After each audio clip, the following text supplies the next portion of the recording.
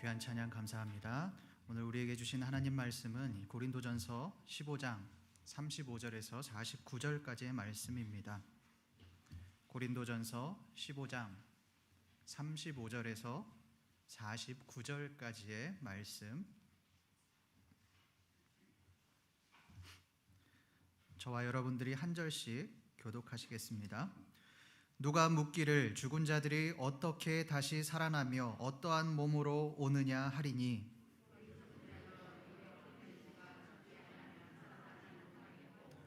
또 내가 뿌리는 것은 장래의 형체를 뿌리는 것이 아니요 다만 밀이나 다른 것의 알맹이 뿐이로되,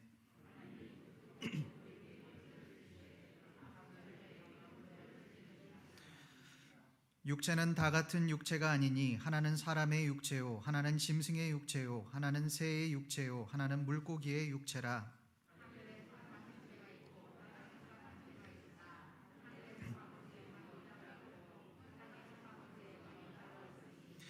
해의 영광이 다르고 달의 영광이 다르며 별의 영광도 다른데 별과 별의 영광이 다르도다.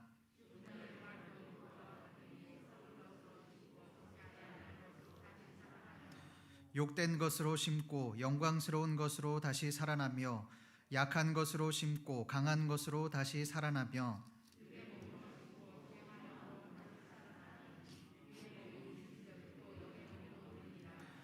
기록된 바 첫사람 아담은 생령이 되었다 함과 같이 마지막 아담은 살려주는 영이 되었나니,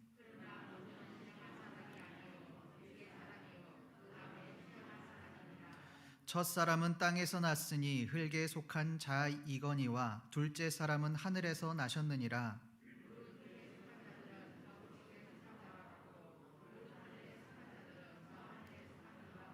함께 읽습니다. 우리가 흙에 속한 자의 형상을 입은 것 같이 또한 하늘에 속한 이의 형상을 입으리라. 아멘. 여러분, 이 고린도 교인들이 부활에 대해서 가지고 있었던 이 두 가지 의문이 있습니다. 첫 번째 의문은 사람이 죽으면 어떻게 다시 살아날 수 있느냐라고 하는 의문이었습니다. 실제로 사람이 죽으면 썩어서 없어지고 또 흙으로 돌아가게 되는데 어떻게 이 시체가 다시 살아날 수 있겠느냐라고 하는 의문이었습니다.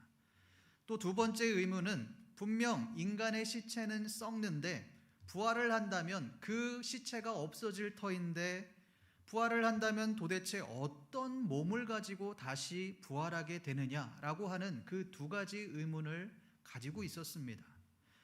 이 시체를 보존하기 위해 인간이 만든 것 중에 이 미라가 있습니다. 미라는 이 기원전 3000년경부터 이 이집트에서부터 만들어지기 시작했는데, 이 이집트 사람들이 미라를 만든 이유는 인간이 부활할 수 있다고 믿었기 때문입니다. 이것의 시작은 이집트의 왕이었던 이 파라오에 근거합니다. 당시 이 고대 근동 지방에서의 왕은 신적인 권력은 가졌지만 신적인 존재는 아니었습니다. 이 말은 왕 자체가 당시에 신으로 추앙받지는 않았다는 말입니다. 그저 신적인 권력을 가진 인간에 불과했습니다. 그러나 이 이집트의 파라오는 그렇지 않았습니다. 자신이 곧 신이었으며 사람들에게, 이 백성들에게 신적인 존재로 받아들여졌습니다. 애굽의 모든 사람들은 파라오를 숭배하고 신으로 섬겼습니다. 출애굽기에서 이 바로왕, 애굽의 바로왕이 하나님이 내리신 그 10가지 재앙에도 버티고 또 버텼던 이유가 바로 여기에 있습니다. 하나님이 신이라는 것을 절대 인정할 수가 없는 겁니다. 왜 그렇습니까? 신은 자기가 신이기 때문에 그렇습니다.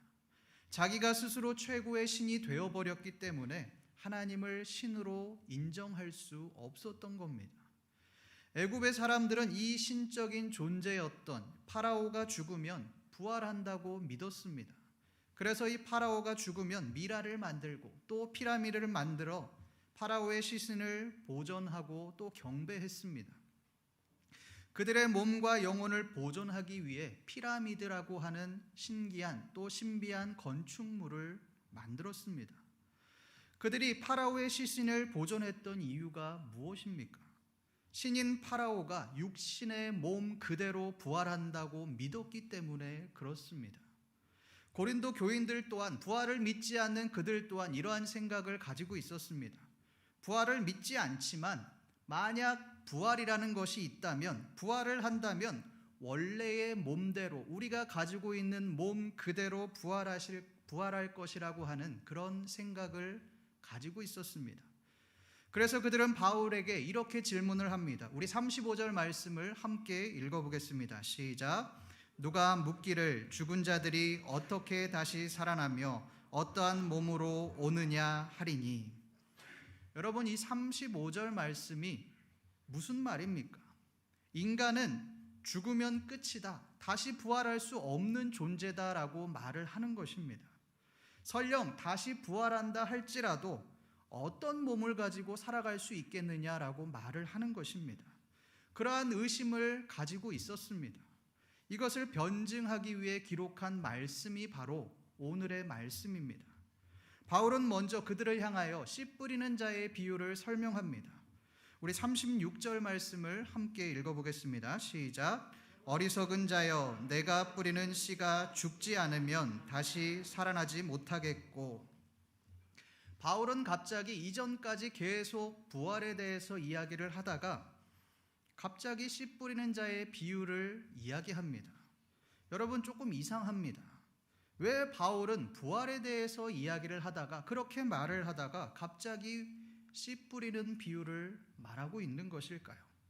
그것은 이 씨가 가지고 있는 특징에 있습니다. 여러분, 이 씨의 특징이 무엇입니까? 죽어야만 다시 살아난다라고 하는 특징이 있습니다. 씨를 뿌릴 때 어떻게 합니까? 땅에 묻습니다. 이 땅에 묻힌다는 의미는 죽는다는 의미입니다. 씨 자체는 죽어 있는 것 같고 그 자체로는 아무런 생명이 없는 것 같지만 그 속에는 생명이 들어 있습니다.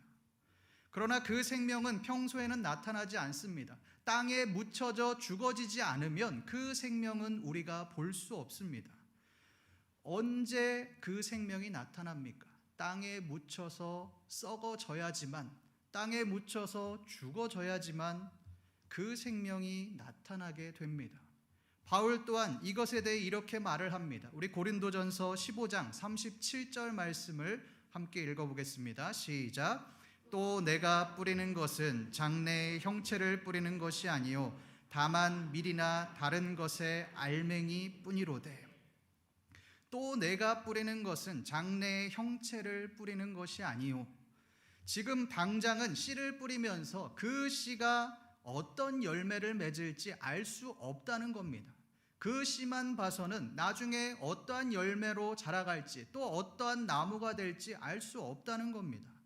그러나 그 씨 안에는 생명이 숨겨져 있어서 그 숨겨진 생명이 씨를 통해 땅에 썩어지고 또 죽어지면 열매를 맺게 될 것이라는 겁니다. 그런데 이 씨를 통해 맺어지는 열매는 이전에 우리가 알고 있던 그 씨와는 전혀 다릅니다. 새로운 형체를 입게 됩니다. 우리가 보는 씨앗은, 처음에 심는 씨앗은 보잘것없고 눈에 잘 보이지도 않는 그런 보잘것없는 것이지만 그 씨앗이 죽으면, 그 씨앗이 썩어지면 새로운 형체를 입게 되어 풍성한 열매를 맺게 되는 것입니다. 여러분, 이것이 어떻게 가능합니까? 보잘것없는 죽은 것 같은 그 씨 안에 생명이 숨겨져 있기 때문에 가능합니다.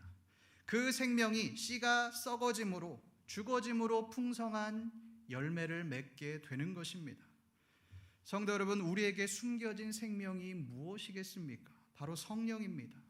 우리 안에는 성령이 내주하고 계십니다. 그런데 이 성령이 언제 나타납니까?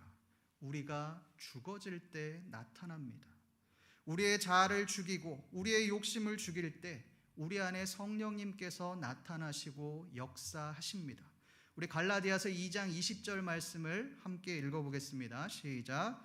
내가 그리스도와 함께 십자가에 못 박혔나니 그런즉 이제는 내가 사는 것이 아니요 오직 내 안에 그리스도께서 사시는 것이라. 이제 내가 육체 가운데 사는 것은 나를 사랑하사 나를 위하여 자기 자신을 버리신 하나님의 아들을 믿는 믿음 안에서 사는 것이라. 바울 또한 그랬습니다. 바울은 자신이 그리스도와 함께 십자가에 못 박혔다라고 그렇게 말을 합니다. 이것은 바울이 십자가에 못 박혀 예수님처럼 죽는다는 말이 아닙니다. 바울의 자아와 또 자신의 뜻대로 살고자 하는 그 육신의 생각과 행위들을 십자가에 다 못 박았다라는 말입니다. 그 모든 자아와 욕심들을 다 십자가에 못 박고 죽는다는 말입니다. 실제로 바울은 자신의 의를 내세울 것이 굉장히 많은 사람이었습니다. 탁월한 율법학자의 또 가말리엘의 문화생으로 모든 사람들이 다 존경할 만한 그런 조건을 다 갖추었습니다.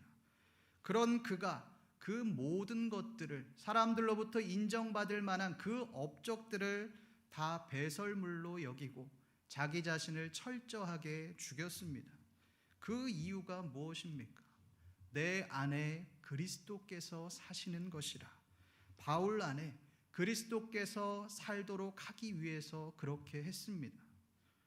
그리스도를 나타내게 하기 위해 자기 자신을 죽였습니다. 그런 바울에게 어떤 일이 일어났습니까? 성령님의 역사가 일어났습니다. 하나님의 능력이 나타나게 되었습니다. 이것이 가능하게 된 이유는 철저히 바울 자신이 죽어졌기 때문에 가능했던 일이었습니다. 바울이 죽어짐으로 성령님께서 바울 안에 계신 성령님께서 역사하게 되었습니다. 성도 여러분, 여러분은 무엇을 나타내는 삶을 살고 계십니까? 나를 나타내는 삶입니까? 아니면 성령님을 드러내는 삶을 살고 계십니까? 많은 사람들이 나를 나타내기 위해 그렇게 살아갑니다. 자신의 학벌, 능력, 재력 등을 자랑하며 사람들에게 인정받기 위해 그렇게 살아갑니다. 믿는 사람이라고 다릅니까? 다르지 않습니다. 똑같습니다. 제가 전에 한인교회에서 사역을 한 적이 있는데 그 한인교회의 특징이 있습니다. 그것이 무엇이냐면 해외에서 외국인으로 타지인으로 타지 생활을 하다 보니 인정을 받지 않고 눌려있는 사람들이 많다는 겁니다. 그것이 인정받지 못하고 눌려있는 것이 어디에서 분출이 되느냐? 한인교회 사람들, 한국 사람들이 많이 모여있는 그곳에서 분출이 됩니다. 특히 미국과 같은 나라들에서는 이것이 심하다는 이야기를 많이 들었습니다. 여러분, 왜 이렇게 할까요? 내가 인정을 받아야 하는 겁니다.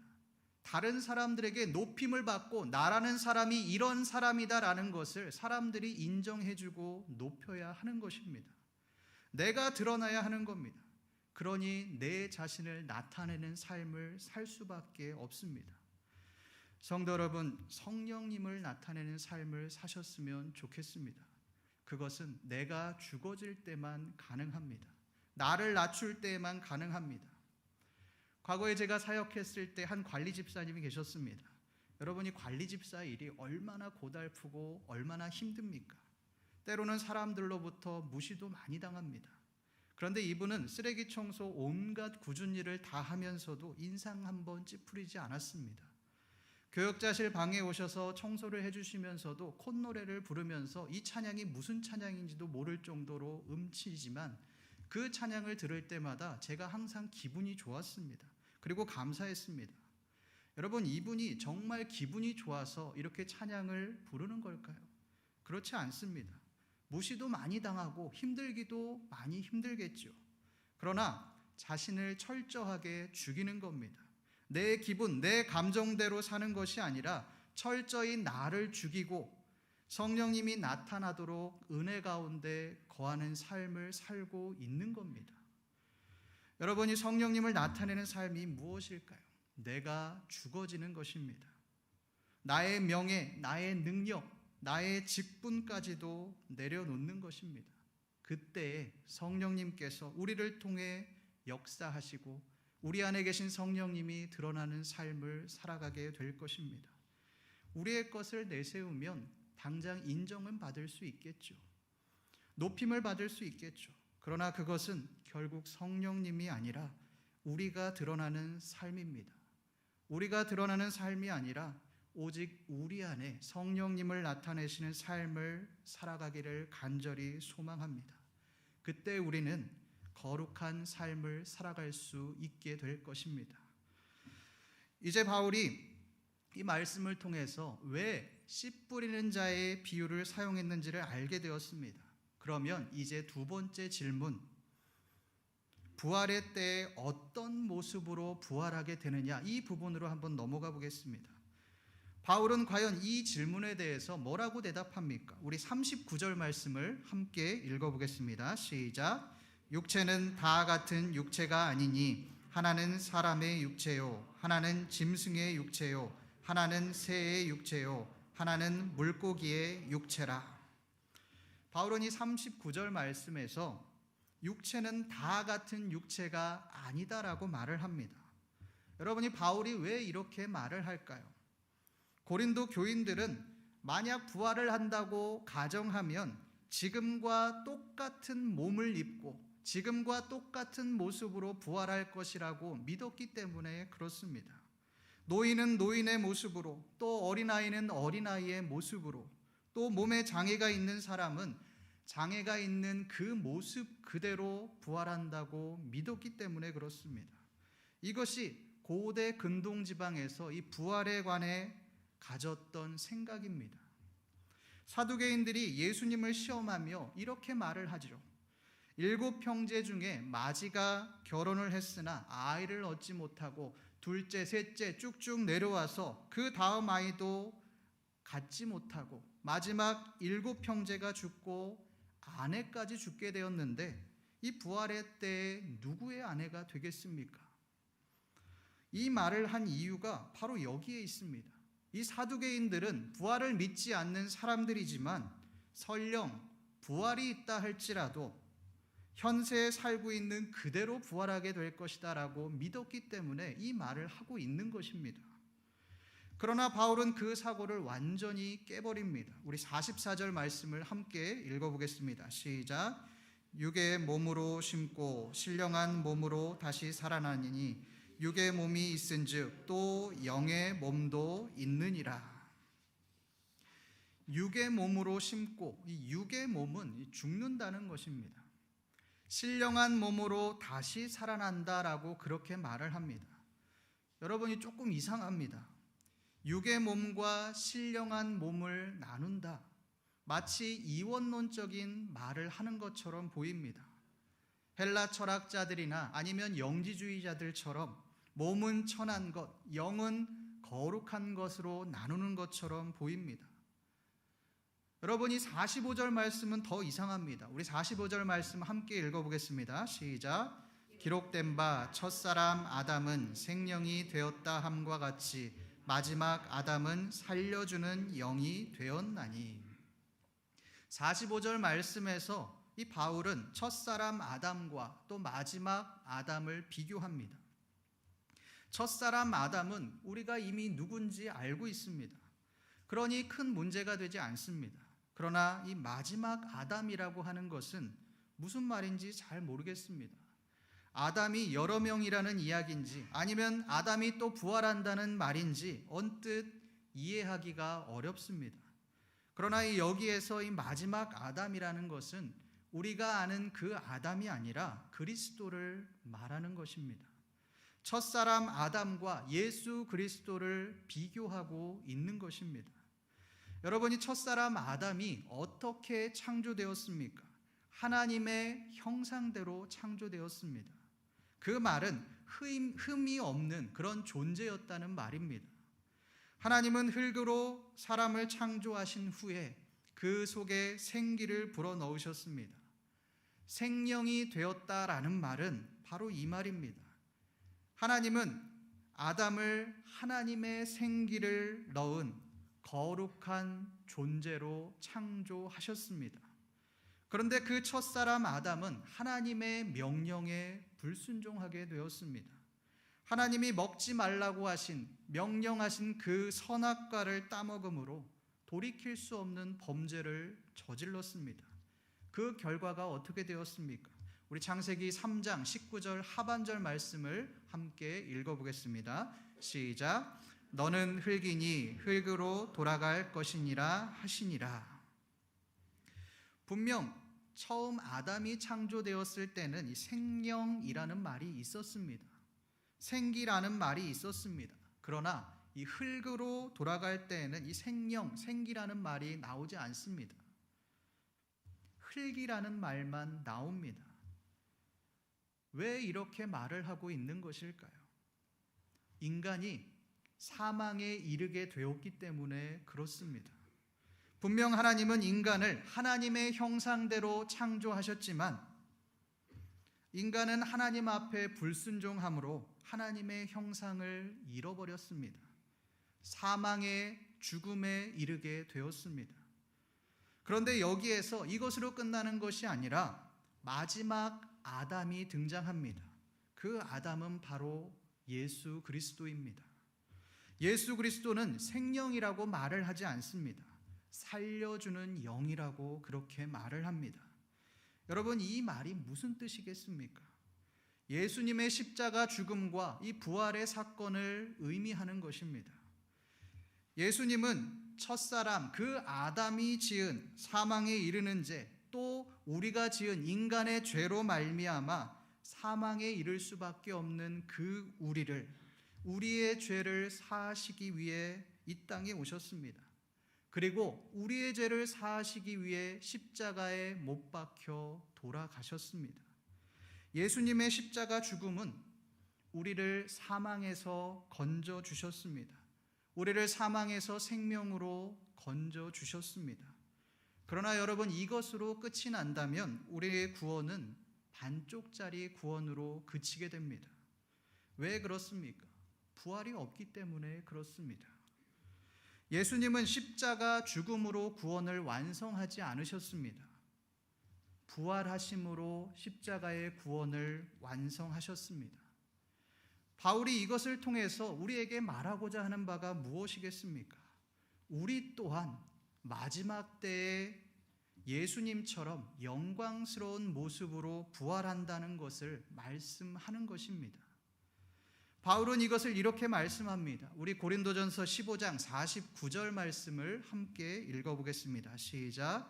우리가 흙에 속한 자의 형상을 입은 것 같이 또한 하늘에 속한 이의 형상을 입으리라.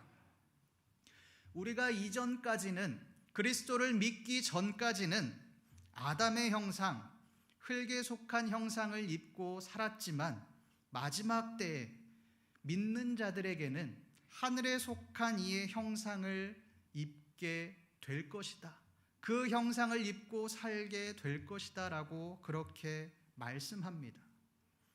성도 여러분이, 오늘 말씀은 이 땅에서의 삶이 가치가 없다라고 말하는 것이 아닙니다. 이 땅에서의 삶 굉장히 중요합니다. 이 땅에서 최선을 다하며 하나님의 나라를 이루며 살아가야 합니다. 그리스도인으로서 소금과 빛의 역할을 감당하며 살아가야 합니다. 그러나 이 땅에서의 삶이 끝이 아니라는 것을 말씀하고 있는 것입니다. 만약 이 땅에서의 삶이 끝이라면 이 땅에서 비참한 삶을 살았던 그 사람들은 우리가 어떻게 설명할 수 있겠습니까? 고린도 교인들이 가지고 있었던 그 생각과 같이 부활의 때에도 동일한 모습으로 부활하게 된다면 이 땅에서 무시를 받는 사람들, 소외된 사람들, 하루하루 삶이 힘들었던 그 사람들은 여전히 부활을 해도 무시를 당하고 비참한 삶을 살아가야만 하는 것입니다. 그러나 바울은 그렇게 말하지 않습니다.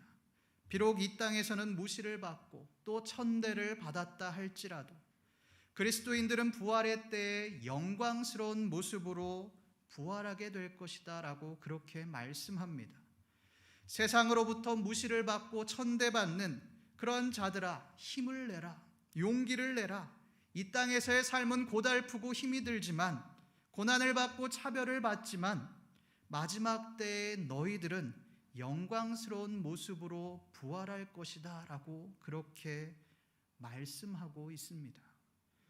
성도 여러분, 복음으로 인해 고난을 받고 계십니까?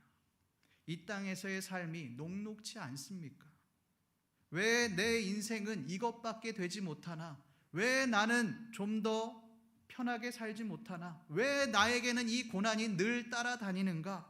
그런 생각을 하며 낙심하고 계시지는 않으십니까?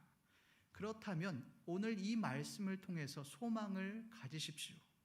하나님은 마지막 때에 우리를 영광스러운 하나님의 형상으로 회복시켜 주실 것입니다. 예수님이 십자가에 돌아가시고 부활한 직후에 그 1세기의 그리스도인들은 그야말로 온갖 고초와 수모를 당했습니다. 어떤 성도들은 이 원형 경기장에서 굶주린 야수들의 먹이가 되었고, 또 어떤 성도들은 번화가에서 사람들에게 돌에 맞아 죽었습니다. 어떤 성도들은 사자가 찢겨 죽는 처절함을 견뎠으며, 어떤 성도들은 십자가에 거꾸로 달려 순교했습니다. 또 참수를 당하고 끓는 기름에 들어가고 얼음에 갇혀서 얼어 죽는 일들도 허다했지만, 그래도 그 당시에 초대 교인들은 신앙을 포기하지 않았습니다. 그래서 비밀 표식을 만들어서 서로 소통하기 시작합니다. 그래도 그것이 원활하지 않자 땅굴로 들어가 예배를 드리고 모임을 가졌습니다. 그곳에서 하나님을 예배하고 찬양했습니다. 여러분이 초대 교인들이 이러한 박해를 견딜 수 있었던 것은 다시 오실 예수 그리스도의 재림을 믿었기 때문에 가능했습니다.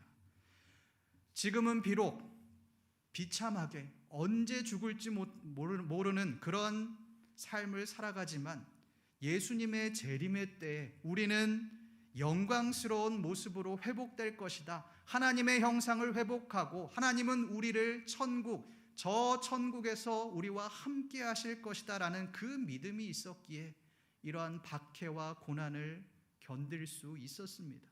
이러한 박해 속에서도, 이러한 고난 속에서도 마라나타, 주님이 다시 오신다라고 인사할 수 있었습니다. 성도 여러분, 우리의 인생은 이 땅으로 끝나지 않습니다. 믿는 자에게는 영원한 하나님 나라, 천국이 예비되어 있습니다. 그 하나님의 은혜를 기억하며 천국을 소망하며 사셨으면 좋겠습니다.